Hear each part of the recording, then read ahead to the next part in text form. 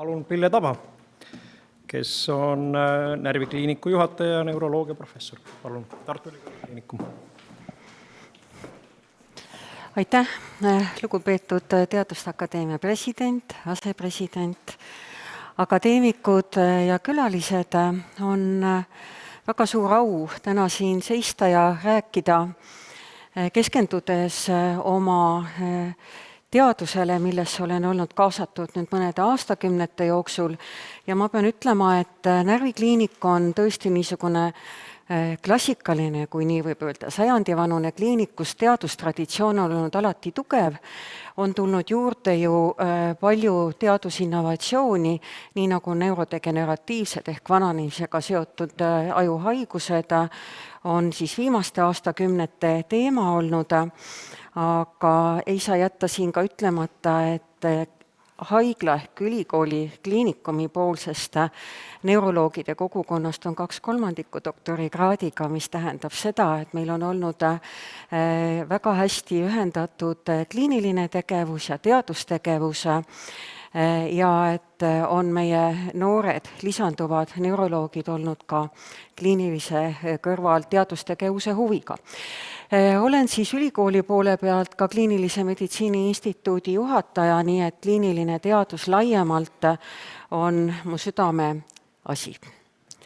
Aga lähen edasi, õigemini alustan nende teemadega, millega Margus Punab lõpetas, kuigi kaasates nii meeste kui naiste vananemist, mis on seotud siis järjest suurema osakaaluga populatsioonis, suuremate vanusegruppide suureneva osakaaluga ja koos sellega mitmete haigustega, mille üheks oluliseks riskifaktoriks ongi vananemine, kuigi vananemine ei ole haigus, see on üks osa elust, aga mõnede haiguste esinemissagedus küll kasvab vanusega, et kasvajate ja veresoonkonna haiguste kõrval siis ka kroonilised ajuhaigused, mille hulgas siis neurodegeneratiivsed haigused on suure osakaaluga, mille korral siis toimub mingite närvisüsteemi konkreetsete rakkude hävimine.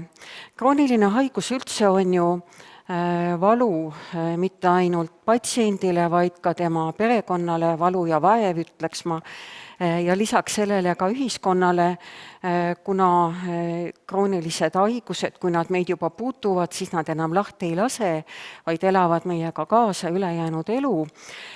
Ja kui tulla eraldi nüüd ajuhaiguste juurde, siis just hiljuti avaldatud Maailma Terviseorganisatsiooni ülevaade näitab, et 35% ajuhaiguste koormust ehk siis tervisekadu on seotud siis krooniliste ajuhaigustega ja 50% puudega elatud aastatest.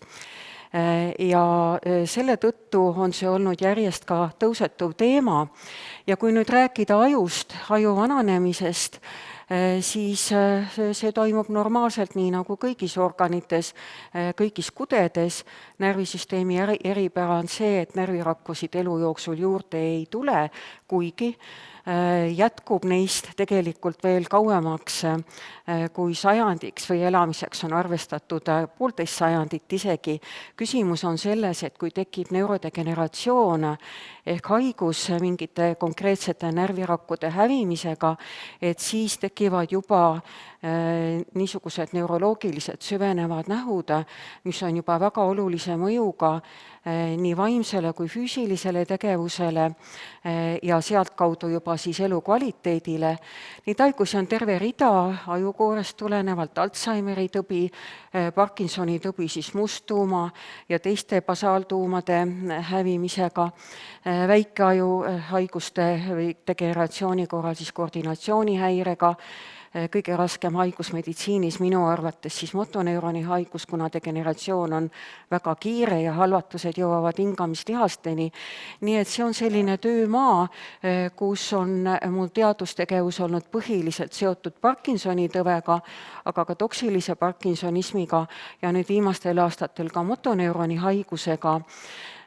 ja on see suunatud siis nagu kliiniline teadus praktilisse meditsiini, et need väljundid siis, mille me saame, siis jõuaksid patsiendi hüvanguks. Millest siis tulenevad neurodegeneratiivsete haiguste uurimisküsimused, on siis see, et kui me nüüd kliiniliselt neid haigusi diagnoosime, on tegelikult juba küllalt hilja mõjutada need mehhanisme, mis haigused vallandavad, kuna enne kliiniliste nähtude avaldamist on tegelikult molekulaarsed muutused juba aastaid, praeguseni on jõutud selleni, et aastakümneid, ja selleks, et seda haigust nii-öelda kätte saada või väga varakult diagnoosida, oleks vaja selliseid laialt kasutatavaid varajasi biomarkereid juba enne, kui siis kliinilised nähud avalduvad. Toon siin kõrvale näite, et me suudame skriinida näiteks terve elanikkonna veresuhkru selleks, et diagnoosida juba haiguse algjärgus diabeeti, aga analoogseid biomarkereid ei ole meil neurodegeneratiivsete haiguste kliinilises praktikas praegu, kuigi varajasi viiteid on mitmeid ja päris selge, et siin on nüüd põhiteemaks baasteaduslikud uuringud, mis kokku ongi siirdemeditsiin.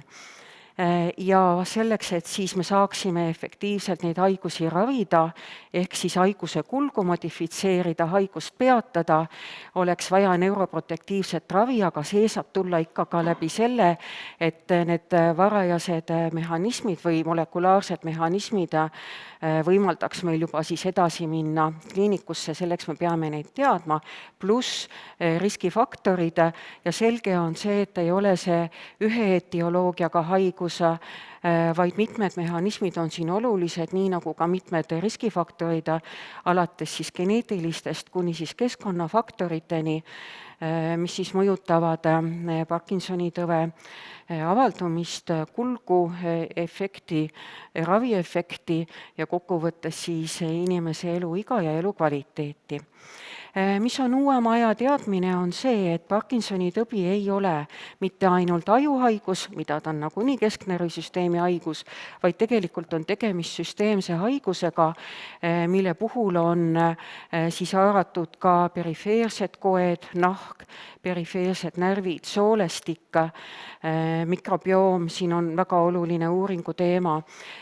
Lisaks siis niisugused täiendavad uuringu küsimused, millega me oleme alustanud, epidemioloogiat me oleme teinud, mikrobiomi uurinud, praegu on käimas perifeerse närvisüsteemi uuring, nahabiopsia, markereid uurime, aga oleme siis jõudnud koostöös füüsikutega siis nanoosakeste uurimiseni väljahingatavas õhus, mis on värske tehnoloogiameetme ühisprojekt, mis oleks tegelikult selles mõttes hea marker, ma mõtlen väljahingatav õhk, et see on mitte invasiivne, me ei tee haiget, me ei vaeva, me ei võta biopsiat, aga see on veel praegu niisugune varajane hüpotees, millele siis tulemus peaks aastatega tulema.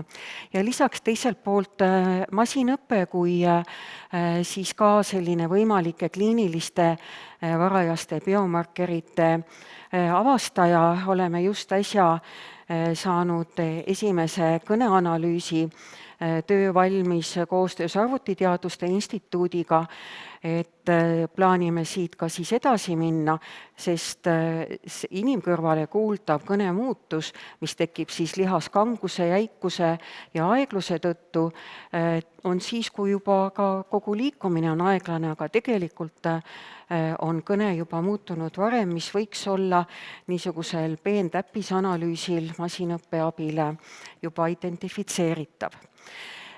Siis on veel muudki uurimisvaldkonnad, mis puudutavad juba kliinilist käsitlust diagnoosist, ravini.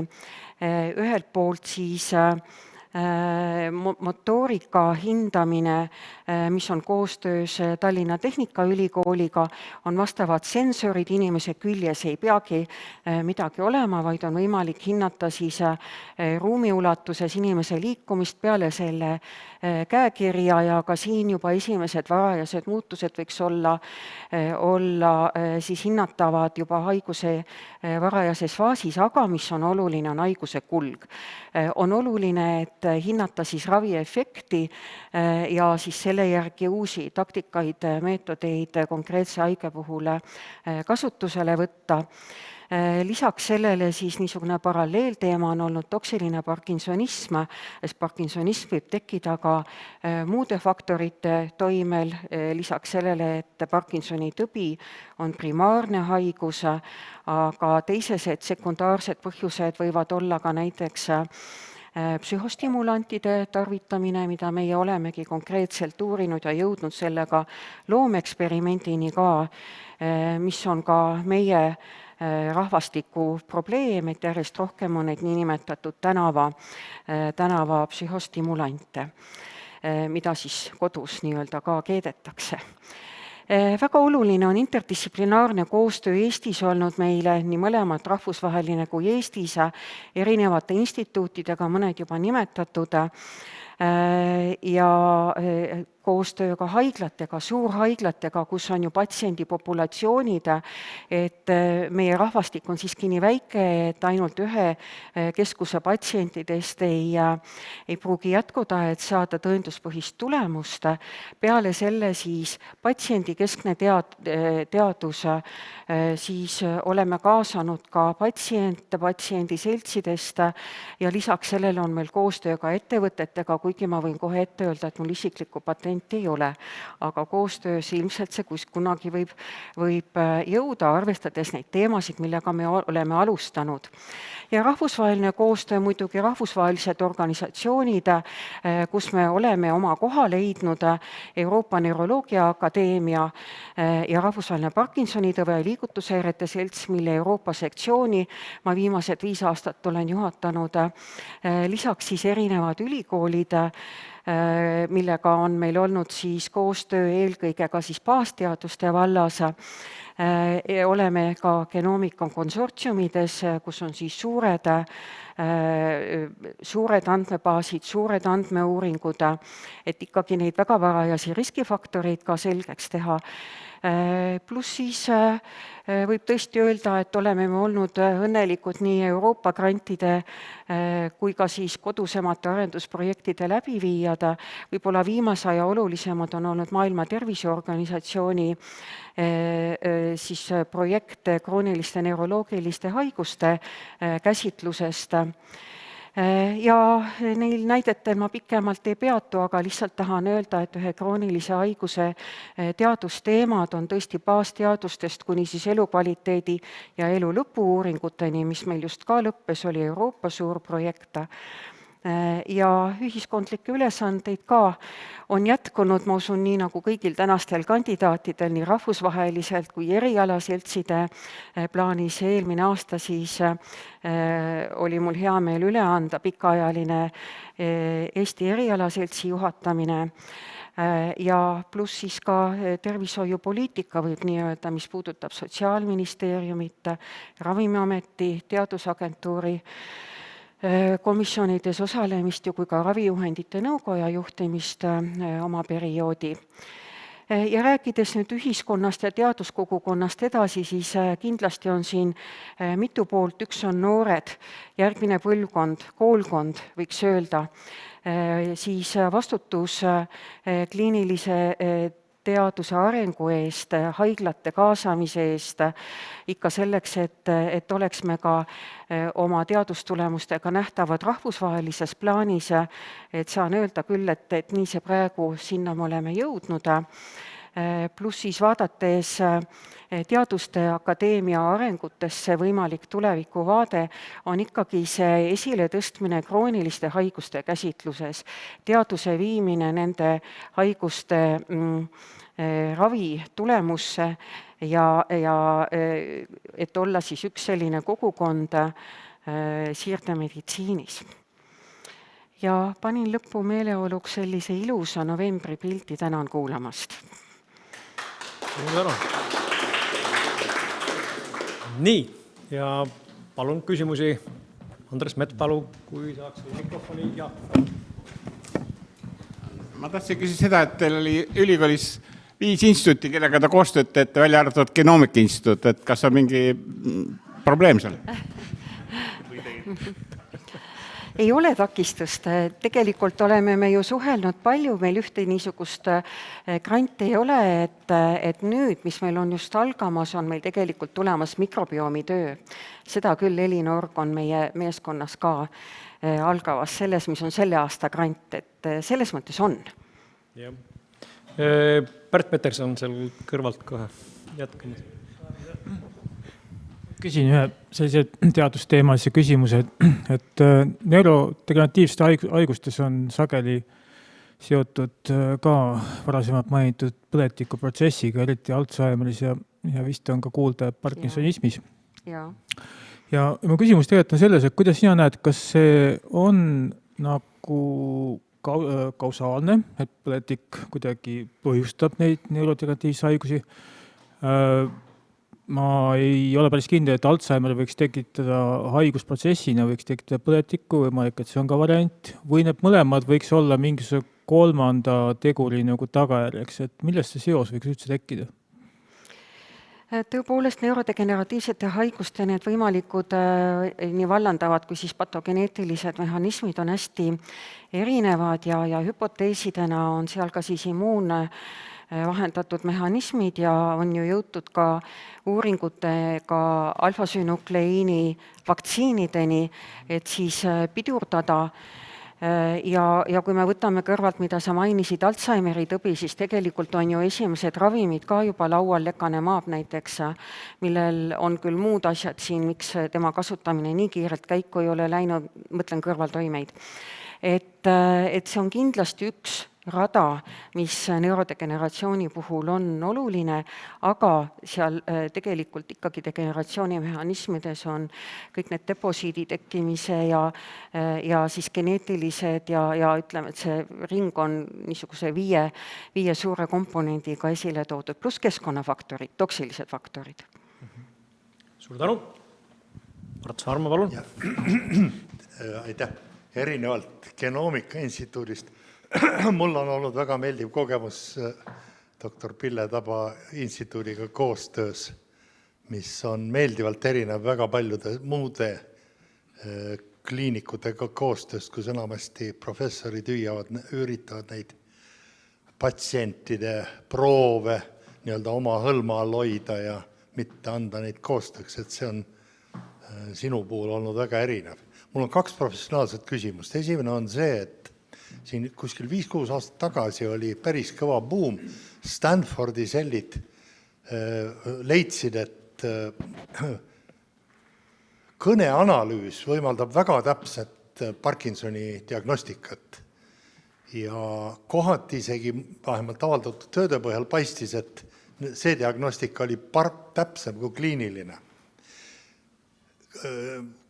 Kas see on vett pidanud? Kuidas sa kommenteerid seda?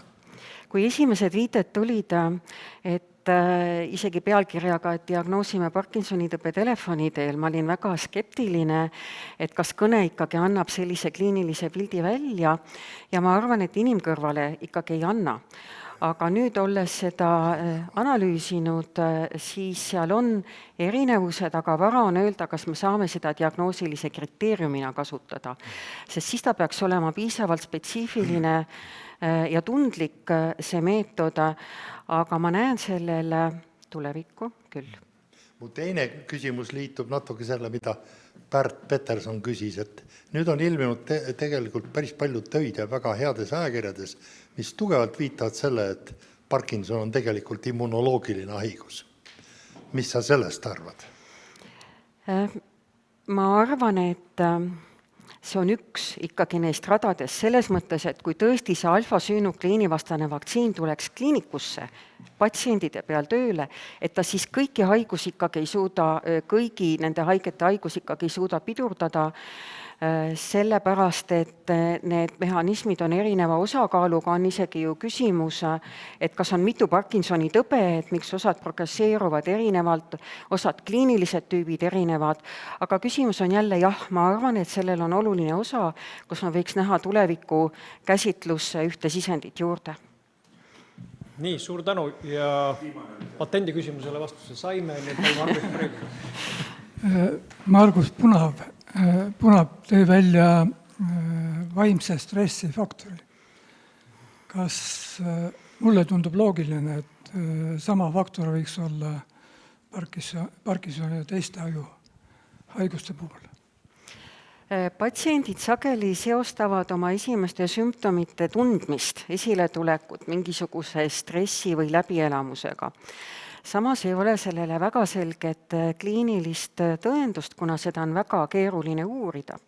Aga selles ma olen küll päris kindel, et see, kuidas patsient ennast hindab, kliiniliselt, mis on väga oluline elukvaliteedi mõttes, sõltub neist psühhiaatrilistest mittemotoorsetest nähtudest, mille hulka kuulub siis ka meeleolu ja näidatud on ka seda, et juba enne, kui need liikumishäired tekivad, et kui on inimene, kellel on kõhukinnisus, unehäired, depressioon ja lõhnatundlikkuse häire, et siis on juba väga suur kliiniline risk sellele, et varsti tulevad ka motoorsed nähud, nii et sellel peab olema oma osa. Nii, suur tänu ja täname veel kord. Ja